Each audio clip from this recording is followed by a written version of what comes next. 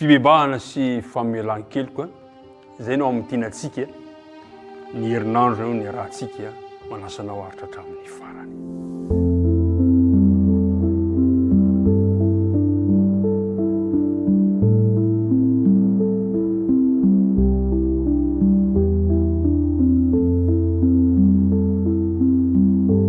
Manolotra ny fiarabanantsika rehetrarehetra natratra izao andro vaovao izao indray no tahin'ny tompo isika no menantsika ny fahavelomana dia raintsika mandrakarivany ny anarany ary tononona ho anao hatrany hatrany ny fiadanany tompo aminao sy ny ankohonanao.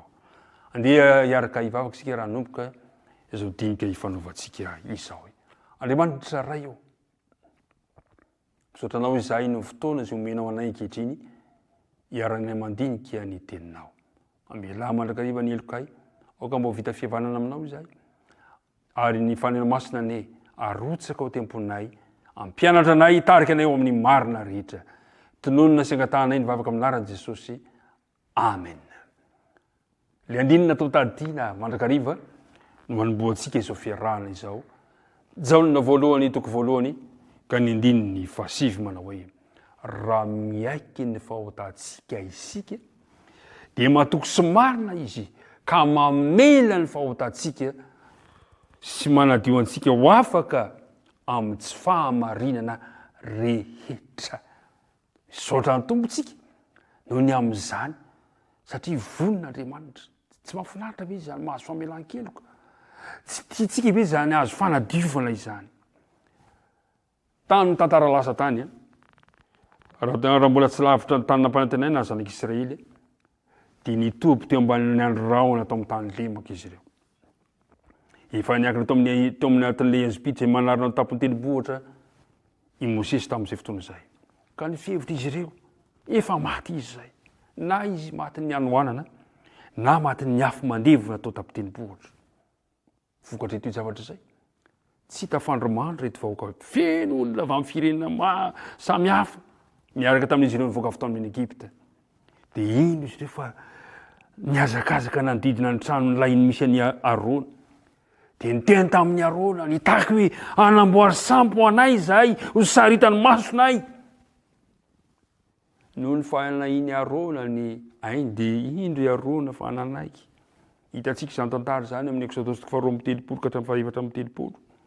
Mpiara-midinika namana, zavatra kely monja dia mety alavo antsika kanefa na izana tsy izany aza dia notarihan'ny lesontsika tamin'ny herinandro ty andao andalo ho amin'ny fivebahana. Maro vananay mirotoroto eo amin'ny fiainana tsy hahafahantsika manatanteraka an'izany fa eo ny fanahy masina mitarika antsika hiampatonga antsika hiaiky ny fahotantsika hitondra antsika moa izany fibebahana izany.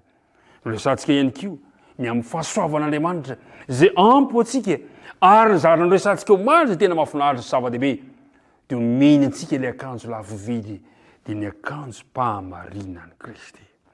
Le mpiara-midinika namana. Ny Baiboly dia matetika mampiasa fanoharana mba hahafahana mahatakatra hanorotsiroitana ny toetrantsika ara-panahy.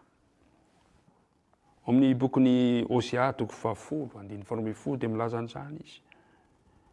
Osea toko 10. Dia ohatsy rehefa tsika ny voalaza amin'ny Osea toko 10 ka ny andininy 12. Dia zao no voalaza ny teny amin'anaran'i Jesosy. Mamafaza ho anareo araka ny fahamarinana, mijinja araka ny fitiavana. Evoy ny tomam-borakareo fa zao no andro hitadiavana ny Jehova mba handrapiaviny sy handatsahany fahamarinana aminareo. Izao no andro ny tsy nety nataon'ilay vahoaka an'Andriamanitra fa izay. Ary ankehitriny betsaka ny tsy mety ataoko sy ny tsy mety ataonao. Izao nefa no andro ahafahantsika mitady an'i Jehova. Mitady an'Andriamanitra isika mba hanakaiky azy. Tsy maintsy mila ny fanahy masina ny fotsika mba ahafahan'Andriamanitra manamboatra antsika tsirairay avy. Tsy maintsy mitodika ny aminy isika, tsy maintsy manatsotra ny tanantsika hifanentanana isika ary mamikitra aminy. Ny tikany hoe mamikitra, ny hevitra hoe mamikitra dia zao tsy miala amin'ny fiarahana amin'Andriamanitra. Tiako indrindra raha fanandramana mahivaika eo amintsika tsirairay avy ny fibebahana sy ny fiankehikeloko. Ka le andinina atao tadiana dia hosainjaintsika hampaherantsika, mitona antsika raha miaiky ny fahotantsika isika. Mila miaiky ny fahotantsika isika. Dia mahatoky sy marina tsy misy fisalasalana, tsy misy ambahamba fa amin'ny fotoana ekeko ny fahotako ny heloko, amin'ny fotoana izay ifonako anatrehan'Andriamanitra, mahatoky sy marina Andriamanitra ka mamela ny fahotantsika sy manadio antsika ho afaka amin'ny tsy fahamarinana rehetra. Dia hoy ny voalaza amin'ny Deutéronome 2:7-7 manao hoe: fa ianareo izay mifikitra, ovakitsika manomboka amin'ny 7, ny masonareo efa nahita izay nataon'i Jehovah noho ny tamin'ny Bala-Peora. Fa ny olona rehetra izay nanaraka ny Bala-Peora dia naharikan'i Jehovah Andriamanitra ao tsy ho aminao. Fa ianareo izay mifikitra tamin'i Jehovah Andriamanitra reo kosa dia samy velona avokoa izao anio izao. Le hoe mifikitra, le hoe mifikitra dia izao tsy miala.